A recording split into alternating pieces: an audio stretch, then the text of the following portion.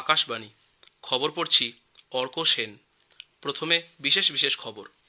প্রধানমন্ত্রী নরেন্দ্র মোদী গতকাল বিহারের পূর্ণিয়ায় এক জনসভা থেকে 40,000 কোটি টাকার উন্নয়নমূলক প্রকল্পের উদ্বোধন ও শিলান্যাস করেন।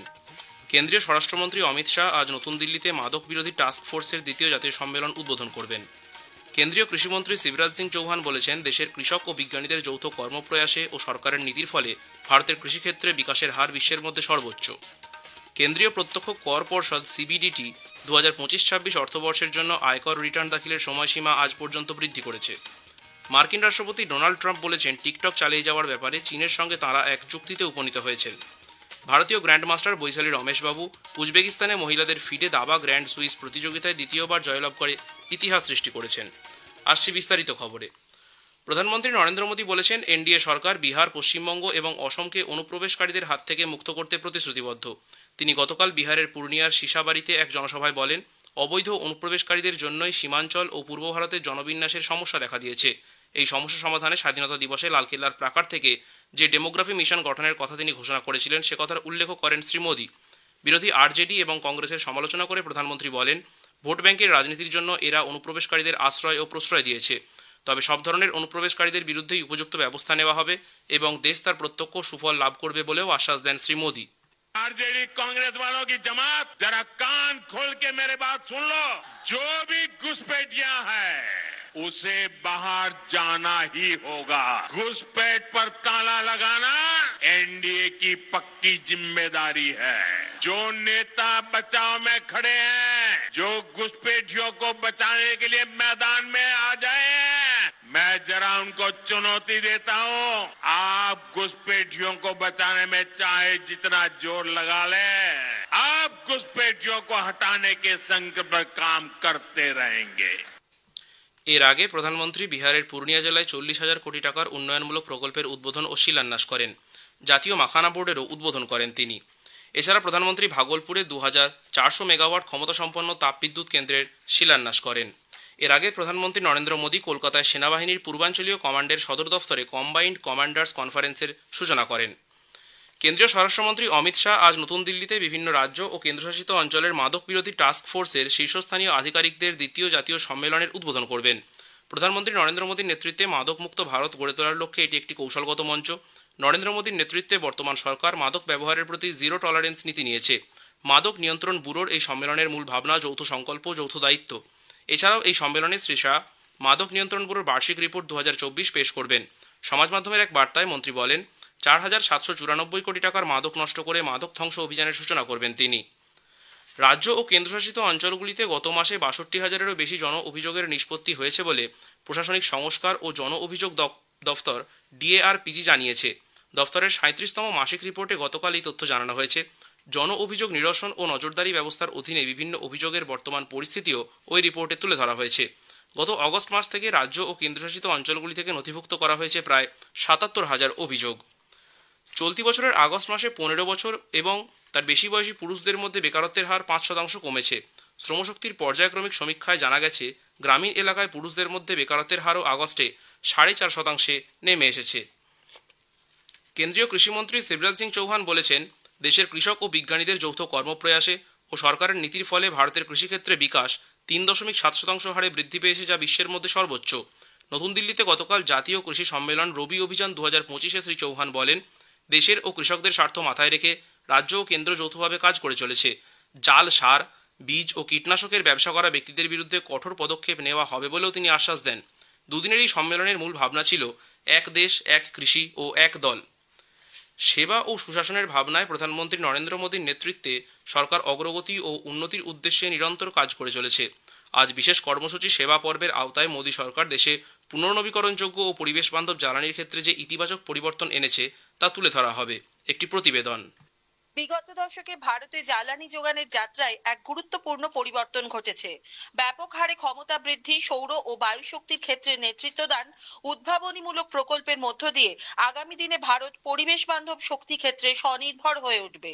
পরিবেশ বান্ধব জ্বালানি শুধু কার্বন নিঃসরণ কমায় তাই নয়, কর্মসংস্থান তৈরি করে, যোগান ঠিক রাখে এবং ভারতকে বিশ্ব জলবায়ু মঞ্চে নেতৃত্বের আসনে বসায়। গত মাসে গুজরাটের হানসালপুরে এক পরিবেশ বান্ধব যান চলাচল সংক্রান্ত অনুষ্ঠানে প্রধানমন্ত্রী নরেন্দ্র মোদী জোর দিয়ে বলেন, আগামী দিনে এই ক্ষেত্রে ভারত গ্লোবাল হাবে পরিণত হবে।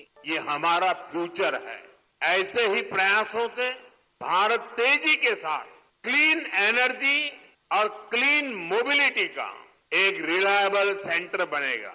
2014 সালের মার্চ মাস থেকে 2025 জুন পর্যন্ত পুনর্নবীকরণযোগ্য জ্বালানি উৎপাদনের ক্ষমতা 3 গুণ বৃদ্ধি পেয়েছে। সৌরশক্তি উৎপাদনের ক্ষেত্রে ভারত জাপানকে পেছনে ফেলে 3 নম্বর স্থানে রয়েছে। দেশে সৌর বিদ্যুৎ উৎপাদন বর্তমানে 1,08,000 গিগাওয়াট প্রতি ঘন্টার থেকেও বেশি হয়। পিএম কুসুম যোজনায় সোলার পাম্প, বিকেন্দ্রীকরণের মাধ্যমে সোলার প্ল্যান্ট, কৃষিক্ষেত্রে সৌরশক্তির ব্যবহারের মাধ্যমে কৃষকদের ক্ষমতায়ন হচ্ছে। পিএম সূর্যঘর যোজনার অধীনে 1 কোটি বাড়ির ছাদে সোলার প্যানেল বসানো এবং বাড়িগুলিতে 30 গিগাওয়াট সৌরশক্তি উৎপাদন ক্ষমতার লক্ষ্য নেওয়া হয়েছে। প্রতিটি সোলার প্যানেল উইন্ড টারবাইনের মাধ্যমে শক্তি উৎপাদনের মধ্য দিয়ে পরিচ্ছন্ন পরিবেশ বান্ধব ভবিষ্যতের পথে এক শক্তিশালী অধ্যায় রচনা করে চলেছে ভারতবর্ষ। কাশফিন নাহার, আকাশবাণী সংবাদ, কলকাতা। খবর শুনছেন আকাশবাণী কলকাতা কেন্দ্র থেকে। আমাদের সংবাদ শোনা যাবে ইউটিউব চ্যানেল আকাশবাণী সংবাদ বাংলা, ফেসবুক ও ইনস্টাগ্রাম আকাশবাণী সংবাদ কলকাতা এবং এক্স হ্যান্ডেল AIR নিউজ কলকাতাতে। কেন্দ্রীয় প্রত্যক্ষ কর পর্ষদ CBDT 2025-26 অর্থবর্ষের জন্য আয়কর রিটার্ন দাখিলের সময়সীমা আরও একদিন অর্থাৎ আজ পর্যন্ত বাড়িয়েছে। গতকাল গভীর রাতে সামাজিক মাধ্যমে এক বার্তায় আয়কর দফতরের পক্ষ থেকে এই সময়সীমা বৃদ্ধির কথা জানানো হয়। তবে রক্ষণাবেক্ষণের কাজের জন্য রাত 12টা থেকে 2:30 পর্যন্ত পোর্টাল বন্ধ রাখা হয়। আয়কর রিটার্ন দাখিলের শেষ দিন প্রথমে ধার্য হয়েছিল 31 জুলাই, পরে তা বাড়িয়ে করা হয় 15 সেপ্টেম্বর। আয়কর দফতর সূত্রে আরও জানা গেছে 2025-26 বর্ষে 7 কোটিরও বেশি আয়কর রিটার্ন ইতোমধ্যেই দাখিল করা হয়েছে। পণ্য পরিষেবা কর ব্যবস্থার সম্প্রতি সরলীকরণ হয়েছে। এই পরিবর্তন আগামী 22 তারিখ থেকে কার্যকর হতে চলেছে। এই পরিবর্তনকে স্বাগত জানিয়েছেন অর্থনীতিবিদ অধ্যাপক পিনাকি চক্রবর্তী। অর্থনীতিতে পণ্য এবং পরিষেবা যতটা বিস্তৃত তার সমস্ত জায়গাটাতেই এর প্রভাবটা পড়বে এবং এক্ষেত্রে যেহেতু কম হয়েছে, দামটাও কমে যাচ্ছে, চাহিদার দিকের যে প্রভাবগুলো সেগুলো বেশি বেশি করে আসবে, চাহিদাটা বাড়বে এবং মানুষের সুবিধা হবে এবং মানুষের সামগ্রিকভাবে সুবিধা হওয়ারও অর্থনীতির ক্ষেত্রে কতগুলো ভালো প্রভাব আছে সেইগুলো সব কাজ করবে। কাজেই এটাকে বলতে পারি আমরা যে এটা একটা ভালো দিক, একে আমাদের স্বাগত জানানোর মতোই একটা ব্যাপার। Staff selection commission SSC combined graduate level পরীক্ষা CJLE 2025 বাতিল করা নিয়ে সামাজিক মাধ্যমে বিভিন্ন খবর খারিজ করে দিয়েছে। কর্মী জন অভিযোগ ও পেনশন মন্ত্রকের পক্ষ থেকে জানানো হয়েছে কোনো রকম বাধাবিঘ্ন ছাড়াই সারা দেশে এই পরীক্ষাসূচি অনুযায়ী হচ্ছে। কমিশন ছাত্রছাত্রীদের আশ্বস্ত করে বলেছেন দেশের সবকটি পরীক্ষা কেন্দ্রে নির্বিঘ্নে চলেছে CJLE 2025 পরীক্ষা। এই নিয়ে অযথা উদ্বেগের কোনো কারণ নেই। SSC আধিকারিকরা জানিয়েছেন গত 12 সেপ্টেম্বর CJLE পরীক্ষা শুরু হয়েছে, চলবে 26 সেপ্টেম্বর পর্যন্ত। 129টি শহরে প্রতিদিনই 3টি শিফটেই পরীক্ষা হচ্ছে।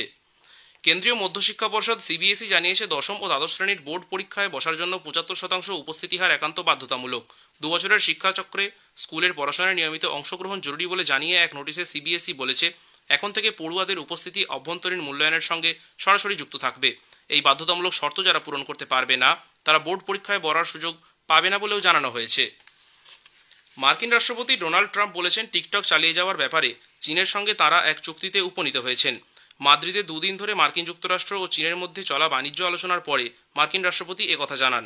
চীন সরকারের পক্ষ থেকে অবশ্য এখনও এ ব্যাপারে কিছু জানানো হয়নি। ভারতীয় গ্র্যান্ডমাস্টার বৈশালী রমেশবাবু উজবেকিস্তানে মহিলাদের ফিডে দাবা গ্র্যান্ড সুইস প্রতিযোগিতায় দ্বিতীয়বার জয়লাভ করে ইতিহাস সৃষ্টি করেছেন। 2023-এও তিনি এই প্রতিযোগিতার সেরার শিরোপা পেয়েছিলেন। শেষ রাউন্ডের খেলায় গতকাল কালো ঘুঁটি নিয়ে 24 বছরের বৈশালী প্রাক্তন মহিলা বিশ্ব চ্যাম্পিয়ন চীনা গ্র্যান্ডমাস্টার ট্যান ঝঙ্গির সঙ্গে ড্র করেন। সব মিলিয়ে প্রতিযোগিতায় 11টি রাউন্ডের মধ্যে 8 পয়েন্ট পেয়ে খেতাব জয় করলেন বৈশালী। শেষ করার আগে খবরের বিশেষ কিছু অংশ আরও একবার।